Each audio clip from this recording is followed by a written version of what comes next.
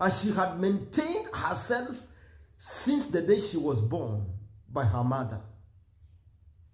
Until it came a point when God interrogated her and told her, Mary, you are going to conceive. That time she was not married to Joseph. She had yet given herself to Joseph, the man to marry her.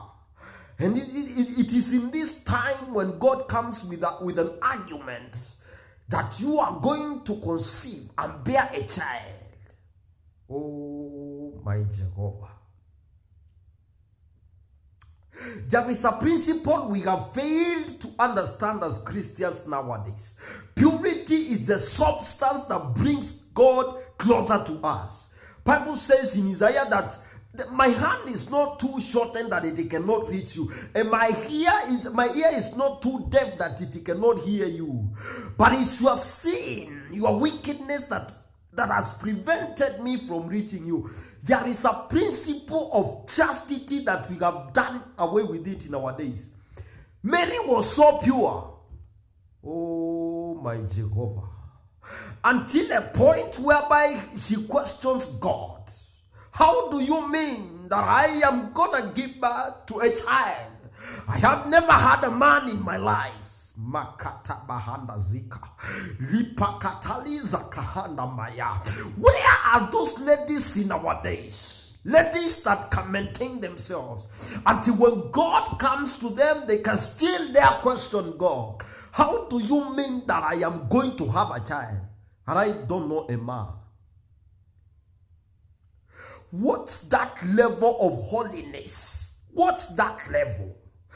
What level is that? That you can question God. God, you are saying that I'm going to have a child? I don't know a man. I don't know a man. And you are speaking like another man. So Mary instilled herself in this level of purity until she was honored by God. How many ladies in our society nowadays? Oh my God. May the Spirit of the Lord help us. You have 9 ex-boyfriends. 9 ex-boyfriends. 9 men have been with you.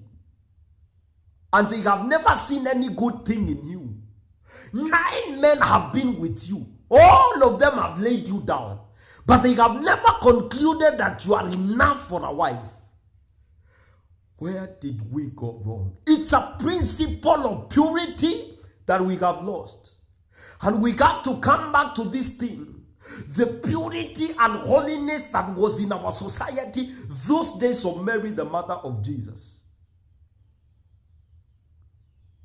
And do you know that men will walk over you and they will go, but they will leave a mark and a spirit in you. That's why even when you are married, you will still miss your ex-boyfriend and you will want to go with him. Why? It's the spirit of your ex whatever you had before. That spirit is still in you and it's still traumatizing you. It's still traumatizing you. We need to instill back the principle of purity. Purity in our societies. In the days of Mary and Joseph, dating was not about sex.